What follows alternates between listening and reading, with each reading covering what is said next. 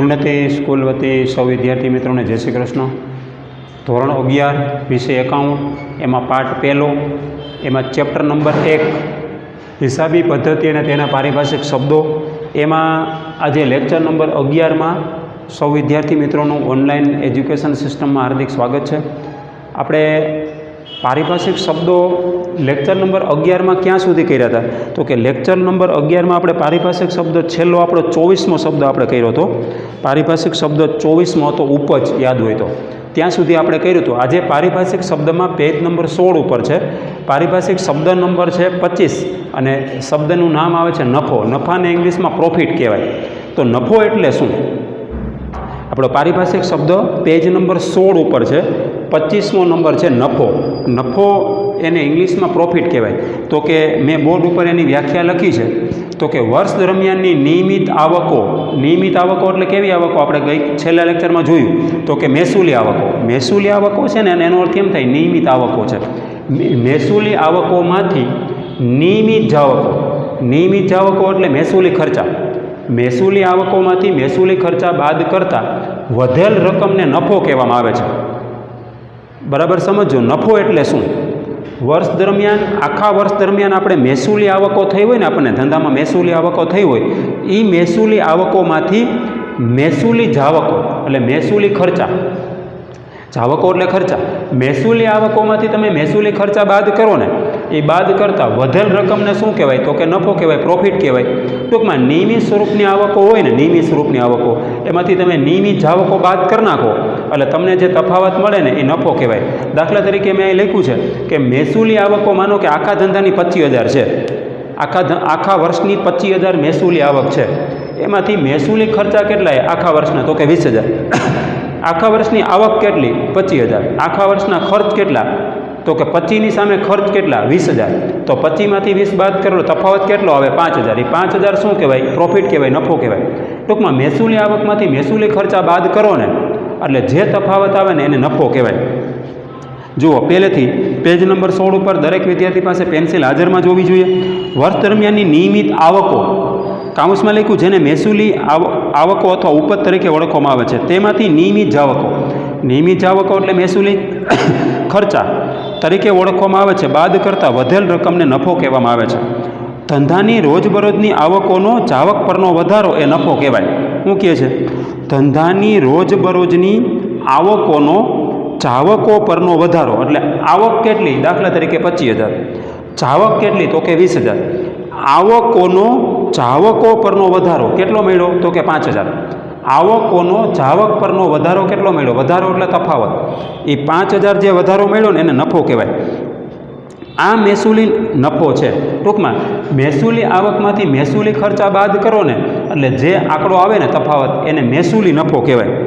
હિસાબોમાં આ પ્રકારની નફાની ગણતરી નફા નુકસાન ખાતા પરથી કરવામાં આવે છે। અંડરલાઈન કરો, હિસાબોમાં આ પ્રકારના નફાની ગણતરી કયા ખાતા પરથી કરાય? એટલે કે આપણે મહેસૂલી નફો શોધવો હોય તો કયા ખાતા ઉપરથી ગણતરી કરશું? આગળ જતા નફા નુકસાન ખાતા ઉપરથી। એટલે કે હિસાબો જ્યારે આપણે લખશું વર્ષના અંતે, ત્યારે નફાની ગણતરી આપણે કરવી હોય, મહેસૂલી નફાની ગણતરી, તો કયા ખાતા ઉપરથી કરશું? તો કે નફા નુકસાન ખાતા પરથી આપણે ગણતરી કરશું। જ્યાં અહીંયા નફા નુકસાન ખાતું બેક સાઈડમાં દોરેલું છે, તમારી પાસે જે ટેક્સ્ટ બુક છે ને, એમાં છેલ્લે નફા નુકસાન ખાતું દોરેલું છે। એ નફા નુકસાન ખાતું આપણને મહેસૂલી નફો બતાવશે। એનો અર્થ જ એમ થાય કે મહેસૂલી નફા નુકસાન ખાતામાં માત્ર 2 જ પ્રકાર આવશે, એક મહેસૂલી ખર્ચા આવશે અને એક મહેસૂલી આવકો આવશે। આ પ્રકારનો નફો મહેસૂલી નફો કહેવાય છે। ટૂંકમાં નફા નુકસાન ખાતામાંથી તમને જે નફો મળે છે ને, એ મહેસૂલી નફો કહેવાય, કારણ કે આ નફો એ મહેસૂલી આવકો અને મહેસૂલી જાવક વચ્ચેનો તફાવત છે। એ જે તફાવત આવે છે, એ શેનો તફાવત છે? તો કે મહેસૂલી આવક અને મહેસૂલી ખર્ચ વચ્ચેનો તફાવત છે। આ નિયમિત પ્રકારનો નફો છે, એટલે નિયમિત સ્વરૂપનો આપણને એ નફો મળે છે। પરંતુ ઘણી વખત અનિયમિત પ્રકારના નફાનું સર્જન પણ થતું હોય। ધંધામાં એવું પણ બને, માત્ર મહેસૂલી નફો મળે એવું ન હોય। અનિયમિત સ્વરૂપનો નફો એટલે કે ઘણી વખત નિયમિત પ્રકારનો નફો નહીં, અનિયમિત સ્વરૂપનો નફો પણ મળતો હોય છે, જેને મૂડી નફા તરીકે ઓળખવામાં આવે છે। એટલે ટૂંકમાં નફાના 2 પ્રકાર પાડ્યા છે, મહેસૂલી નફો અને મૂડી નફો। મહેસૂલી નફો કેવી રીતે મળે? તો કે મહેસૂલી આવકોમાંથી મહેસૂલી તમે ખર્ચા બાદ કરો એટલે તમને તફાવત આવે, એ મહેસૂલી નફો મળ્યો કહેવાય। હવે મૂડી નફો કેવી રીતે મળે? તો કે મૂડી નફો તમે કોઈ મિલકતનું વેચાણ કરો દાખલા તરીકે, તો મિલકતનું વેચાણ ક્યારેક જ થતું હોય, તો મિલકતનું વેચાણ કરતાં આપણને જે નફો મળ્યો હોય ને એને મૂડી નફો કહેવાય. એ અનિયમિત સ્વરૂપની આવક છે. આ બધી નિયમિત સ્વરૂપની આવકો છે. એવી ધંધાની અંદર અનિયમિત સ્વરૂપની આવકો થતી હોય અને એમાંથી જો નફો થતો હોય તો એને મૂડી નફો કહેવાય. ટૂંકમાં જેને મૂડી નફા તરીકે ઓળખવામાં આવે છે. આ 25મો પ્રશ્ન અહીંયા એનો પૂરો થાય. પછીનો શબ્દ આવે છે 26મો શબ્દ આવે છે નુકસાન. નુકસાનને ઇંગ્લિશમાં લોસ કહેવાય. નુકસાન એટલે શું? જો નફાની વ્યાખ્યા તમને આવડતી હોય ને, નફાની વ્યાખ્યા, નફો એટલે શું તો નુકસાનની વ્યાખ્યા આવડી જાય. જુઓ એમાં ધ્યાન આપજો દરેક વિદ્યાર્થી, પેન્સિલ ભેગી જ હોવી જોઈએ. હું રકમ એમાં વાંચું છું, તમે ધ્યાન આપજો. નફા કરતાં નુકસાનની ગણતરી વિરુદ્ધમાં થાય છે. બરાબર સમજો. નફાની ગણતરી આપણે કેવી રીતે કરી? તો કે મહેસૂલી આવકમાંથી જ મહેસૂલી ખર્ચા બાદ કરો તો જ તમને તફાવતી નફો મળે. નફા કરતાં નુકસાનની ગણતરી વિરુદ્ધમાં, અગેન્સ્ટમાં થાય છે. તો નુકસાન ક્યારે ગયું કહેવાય? ખોટ. નુકસાનનો પ્રત્યય શબ્દ ખોટ છે. તો ખોટ ક્યારે જાય? નુકસાન ક્યારે જાય? મહેસૂલી ખર્ચા વધી જાય ધંધામાં, મહેસૂલી ખર્ચનો આંકડો મોટો હોય અને મહેસૂલી આવકનો આંકડો નાનો હોય તો સમજી લેવાનું તફાવત આવે એ ખોટ કહેવાય, નુકસાન કહેવાય. વર્ષ દરમિયાનની નિયમિત જાવકોમાંથી નિયમિત આવકો બાદ કરતાં તફાવતની રકમને નુકસાન કહેવામાં આવે છે. એટલે આનાથી ઊંધું. વર્ષ દરમિયાનની નિયમિત જાવકો, એટલે પહેલાં તમારે જાવકો બોલવું પડશે. નિયમિત જાવકોમાંથી નિયમિત આવકો બાદ કરતાં, એટલે અહીંયા જાવકો આવી જશે. નિયમિત જાવકોમાંથી નિયમિત આવકો બાદ કરતાં,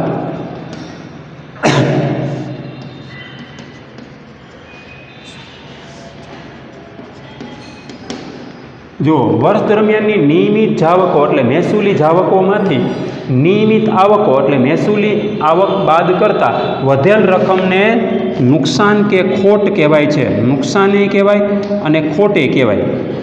તો જુઓ અંડરલાઇન કરી લેજો, દરેક વિદ્યાર્થી પાસે પેન્સિલ હોવી જ જોઈએ. વર્ષ દરમિયાનની નિયમિત જાવકોમાંથી નિયમિત આવકો ઉપજ બાદ કરતાં તફાવતની રકમને નુકસાન કહેવામાં આવે છે. આને મહેસૂલી નુકસાન કહેવાય. આ જે આપણને મળે છે ને એને મહેસૂલી નુકસાન કહેવાય. દાખલા તરીકે મહેસૂલી ખર્ચા માનો કે 25,000 છે અને મહેસૂલી આવકો માનો કે મહેસૂલી આવકો 10,000 છે, તો ખર્ચા વધી જાય છે અને આવક ઓછી છે 10,000, તો તફાવત આવશે. એ તફાવત કેટલો આવશે? તો કે 15,000નો તફાવત આવશે ને એને મહેસૂલી નુકસાન કહેવાય. મહેસૂલી નુકસાન કહેવાય એને, અથવા આને ખોટ પણ કહેવાય. આ 25,000માંથી 10,000 જાય એટલે વધે ને 15,000, એને ખોટ કહેવાય.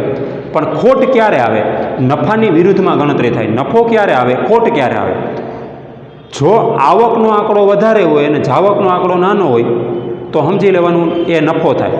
પણ જો ખર્ચા વધી જાય એટલે જાવકનો આંકડો મોટો હોય અને આવકનો આંકડો નાનો હોય, ખર્ચા વધી જાય અને આવક ઓછી હોય તો તફાવત જે પડે છે ને એ 15,000 રૂપિયા ખોટ કહેવાય. તફાવતની રકમને નુકસાન કહેવાય. આને મહેસૂલી નુકસાન કહેવાય છે. આ જે 15,000 રૂપિયા આવ્યા ને એને મહેસૂલી નુકસાન કહેવાય. વ્યવહારમાં નુકસાન માટે ખોટ શબ્દ પણ પ્રચલિત છે. તમે નુકસાન શબ્દ લખો છો ને એની જગ્યાએ તમે ખોટ પણ લખી શકો.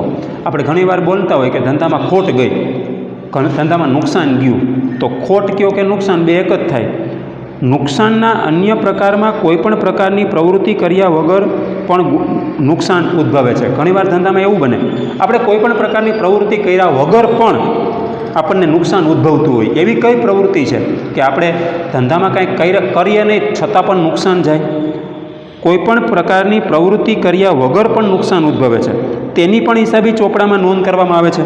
ધ્યાન રાખજો બરાબર કે ધંધાની અંદર કોઈપણ પ્રવૃત્તિ કર્યા વગર ગુમાવેલ રકમ હોય ને તો એને નુકસાન કહેવાય અને એ નુકસાનની પણ હિસાબી ચોપડામાં નોંધ કરવામાં આવે છે. દાખલા તરીકે એના ઉદાહરણ છે. દાખલા તરીકે આગ લાગવાથી માલ બળી જાય, વીમો ન હોય તો શું થાય? તો પૂરેપૂરું નુકસાન, લોસ સહન કરવો પડે. માનો કે 10,000 રૂપિયાનો માલ આગથી બળી ગયો, વીમો ઉતરાવ્યો નહોતો, તો ઇન્સ્યોરન્સ નહોતો, તો સમજી લેવાનું 10,000 રૂપિયાનું નુકસાન, એ આગથી થયેલ નુકસાન એ ચોપડે નોંધવું પડશે. પછી એમાં લખ્યું કે આ માલની કિંમત 5,000 હોય તો આ નુકસાન 5,000નું થયું છે તેમ કહેવાય. 5,000નો માલ આગમાં બળી ગયો તો પૂરેપૂરું આપણે નુકસાન સહન કરવું પડશે, તો 5,000 રૂપિયા એ આ નુકસાન 5,000નું ગયું એટલે 5,000 નુકસાન છે તેમ કહેવાય. પછી ધંધામાંથી માલ ચોરાઈ જાય, રસ્તામાં અકસ્માતમાં માલ નાશ પામે. આપણે માનો કે બહારગામથી અમદાવાદથી માલ મગાવીએ, આપણે માનો કે કાપડ આપણે મગાવ્યું અને રસ્તામાં ટ્રકમાં આગ લાગવાથી એ નુકસાન થયું, અથવા તો માલ ચોરાઈ ગયો, અકસ્માતમાં નાશ પામે અથવા તો ચોરાઈ જાય, વરસાદમાં માલ પલળી જાય વગેરે પ્રકારના નુકસાનના ઉદાહરણો છે. ધંધામાં નુકસાન કેવી રીતે જતું હશે તો કે માલ ધંધામાંથી ચોરાઈ જાય, અકસ્માતમાં માલ નાશ પામતો હોય, વરસાદમાં માલ પલળી જતો હોય, તો માલ આગમાં બળી જાય, તો આ બધા ધંધાના નુકસાન કહેવાય છે. એટલે નુકસાનના ઉદાહરણો છે. કોઈ મિલકતને અકસ્માત થાય, માનો કે કોઈ આપણે મિલકત આપણી પાસે છે, આપણી પાસે કારખાનું છે, એની અંદર કોઈ મિલકત છે અને મિલકતને કોઈ એક્સિડન્ટ થાય, અકસ્માત થાય, અને અકસ્માત થાય તો આ બનાવ પણ નુકસાન તરીકે ધ્યાનમાં લેવામાં આવે છે, ગણવામાં આવે છે. આકસ્મિક કાંઈ નુકસાન થાય મિલકતને, યંત્રને, તો એ નુકસાન ગણવામાં આવે છે. કોઈ મિલકતનું ચોપડે કિંમત કરતાં ઓછી કિંમતે વેચાણ કરવાથી જે રકમ ઓછી મળે તેને પણ નુકસાન કહેવાય. આપણા ધંધામાં એક મિલકત છે, માનો કે યંત્ર છે, યંત્ર આપણે ચોપડે માનો કે 2,50,000નું છે અને આપણે એને 2 લાખમાં વેચ્યું, 2,50,000નું યંત્ર આપણે 2 લાખમાં વેચ્યું, તો ચોપડે કિંમતથી તમે ઓછી કિંમતમાં વેચો ને, ચોપડે કિંમતથી ઓછી કિંમતે વેચાણ કરો ને, તો જે રકમ ઓછી મળે ને તેને પણ નુકસાન કહેવાય છે. એટ ઓલ્સો લોસ, તેને પણ લોસ કહેવાય છે. આપણે 2,50,000નું યંત્ર હતું, આપણને મળ્યા કેટલા? 2 લાખ. તો ચોપડે કિંમતથી ઓછા કેટલા મળ્યા? 50,000 રૂપિયા ઓછા મળ્યા. 2 લાખ મળ્યા, 50,000 ન મળ્યા, તો 50,000 રૂપિયા જે ઓછા મળ્યા ને તેને પણ નુકસાન કહેવાય. આ નુકસાન એ મૂડી નુકસાન કહેવાય છે. જો આપણે એમ કીધું હતું કે મૂડી નફો ક્યારે થાય, તો કે કોઈ મિલકતનું વેચાણ કરતાં આપણને નફો થાય તો એને મૂડી નફો કહેવાય, પણ કોઈ મિલકતનું વેચાણ કરતાં આપણને નુકસાન જાય તો એને મૂડી નુકસાન કહેવાય. એટલે કે આ નુકસાનને મૂડી નુકસાન કીધું છે. ટૂંકમાં એવી કોઈ મિલકત આપણે ક્યારેક વેચવાની થતી હોય અને આપણે ચોપડે કિંમતથી ઓછી કિંમતમાં વેચીએ, તો ઓછી કિંમતમાં વેચીએ તો સમજી લેવાનું જેટલા ચોપડે કિંમતથી આપણને ઓછા મળે ને એને નુકસાન ગયું કહેવાનું, એ નુકસાન મૂડી નુકસાન કહેવાય. અને આ નુકસાન છે ને એ મહેસૂલી નુકસાન છે, કેમ કે મહેસૂલી ખર્ચામાંથી મહેસૂલી આવકો તમે બાદ કરી છે. ટૂંકમાં મૂડી નફો અને મૂડી નુકસાન એ ક્યારેક જ ધંધામાં થતું હોય અને મિલકતની પ્રવૃત્તિ મિલકતની પ્રવૃત્તિ વેચાણ કરવાથી ક્યારેક ક્યારેક ઉદ્ભવે. ટૂંકમાં આપણો પારિભાષિક શબ્દ 26મો પૂરો થઈ ગયો. પછી 27મો છે લાભ. પારિભાષિક શબ્દો 27મો આવે છે લાભ. લાભને ઇંગ્લિશમાં ગેઇન કહેવામાં આવે છે, ગેઇન, GAIN. તો લાભ એટલે નફો, નફો એટલે લાભ. તમે લાભ કહો કે નફો, નફો કહો કે લાભ કહો, બે એક જ થાય. તો જુઓ, લાભ પારિભાષિક શબ્દ નંબર 27, લાભ. નફો અને લાભ સમાનાર્થી શબ્દો તરીકે પ્રચલિત છે.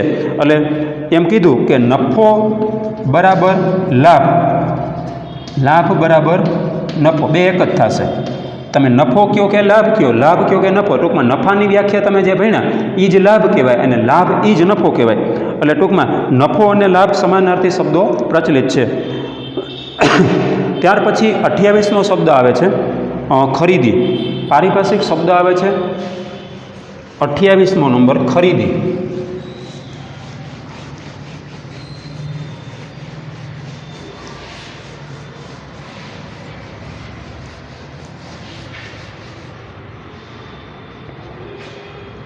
પારિભાષિક શબ્દ નંબર 28 ખરીદી. બહુ જ અગત્યનું કહેવાય તમારા માટે. એને ઇંગ્લિશમાં પરચેજ કહેવાય. ખરીદી તમારા માટે મોસ્ટ આઈએમપી છે, આગળ જતાં કામ લાગશે. આ શબ્દ ખરીદી અને વેચાણ. તો ખરીદી કેને કહેવાય? તો જુઓ, હું વાંચું છું, તમે શાંતિથી સાંભળજો, પેન્સિલ ભેગી જ રાખવાની છે. ખરીદી ઇંગ્લિશમાં એને પરચેજ કહેવાય. પારિભાષિક શબ્દ નંબર 28 ખરીદી, ઇંગ્લિશમાં પરચેજ કહેવાય. ધંધામાં ઘણી વસ્તુઓ અને સેવાઓ ખરીદવામાં આવતી હોય છે. હવે ખરીદી એટલે શું એ આપણે પ્રશ્ન થશે. તો કે ખરીદી એટલે દાખલા તરીકે હું કાપડનો વેપારી હોય તો હું કાપડ ખરીદવા જાઉં છું, તો કાપડ મારે માટે માલ કહેવાય. તો એ માલની મેં જે ખરીદી કરીને માલ જે હું લઈ આવ્યો ને એને ખરીદી કહેવાય. ટૂંકમાં હું કાપડ લઈ આવ્યો ને એને ખરીદી કહેવાય. ધંધામાં ઘણી વસ્તુઓ અને સેવાઓ ખરીદવામાં આવતી હોય છે. આપણે જ્યાં સુધી ખરીદી ન કરીએ ત્યાં સુધી આપણે વેચાણ તો કરી ન શકીએ.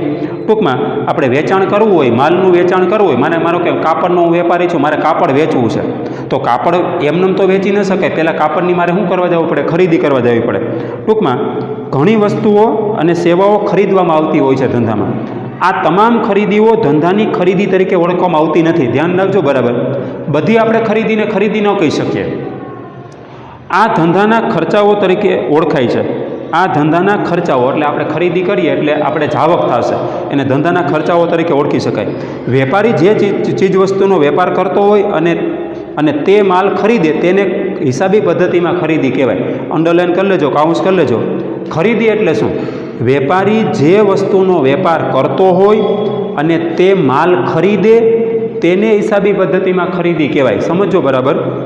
વેપારી જે વસ્તુનો વેપાર કરતો હોય, દાખલા તરીકે હું કાપડનો વેપારી છું, હું કાપડ વેચું છું, કાપડ ખરીદી કરું છું, તો અને તે માલ ખરીદે અને હું કાપડ ખરીદવા ગયો, તો કાપડ માલ ખરીદે તેને હિસાબી પદ્ધતિમાં ખરીદી કહેવામાં આવે છે.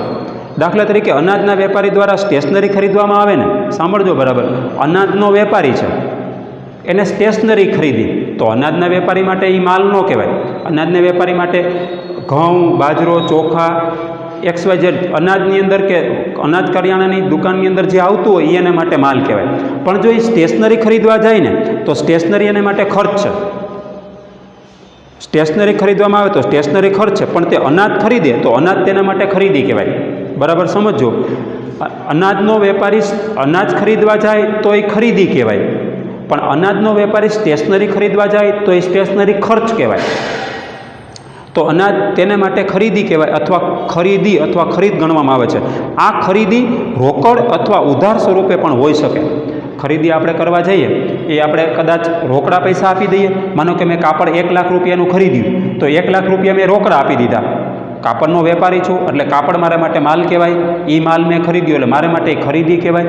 એ મેં રોકડા પૈસા આપ્યા કે બાકી રાખ્યા, તો કે રોકડા પૈસા આપી દીધા, તો રોકડનો વ્યવહાર થયો કહેવાય. અથવા માનો કે હું શાખ ઉપર ખરીદી કરું, શાખ ઉપર એટલે ઉધાર, તો 1 લાખ રૂપિયા મેં આપ્યા નથી, મને 1 લાખનો માલ મળી જાય, કાપડ મળી ગયું, પણ મેં 1 લાખ રૂપિયા આપ્યા નથી, એટલે સમજી લેવાનું એ રોકડ અથવા ઉધાર સ્વરૂપે હોઈ શકે. ખરીદી કરવા જઈએ તો એવું ન હોય કે રોકડેથી જ ખરીદી કરી હોય, તો એ ઉધાર સ્વરૂપે પણ ખરીદી કરી હોય, ઘણીવાર એ શાખ ઉપર પણ ખરીદી કરી હોય. ટૂંકમાં ખરીદીની વ્યાખ્યા શું છે આપણે વ્યાખ્યા જોઈ લઈએ. વેપારી જે વસ્તુનો વેપાર કરતો હોય અને તે માલ ખરીદે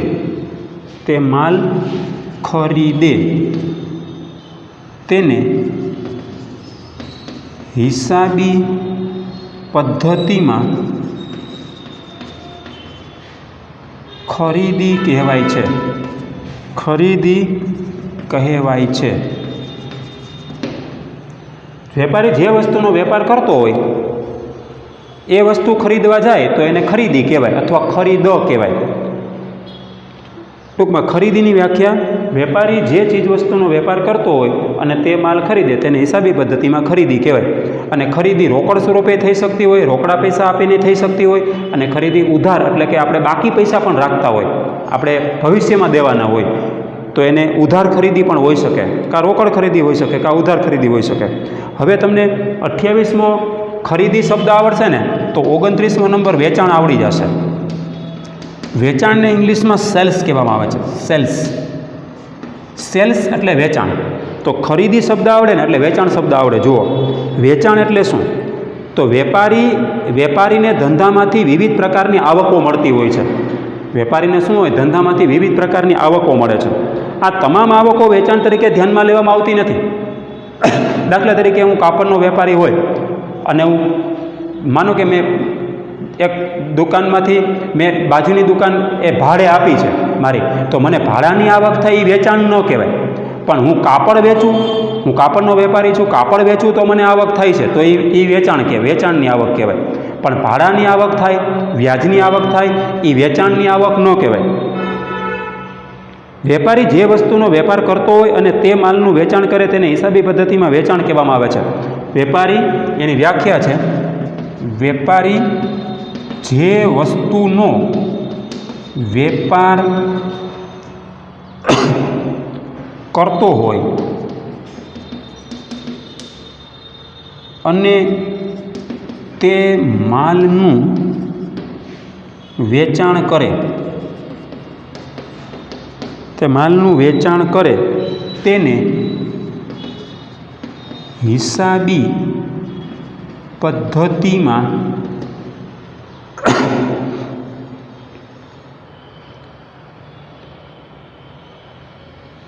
વેચાણ કહેવાય છે,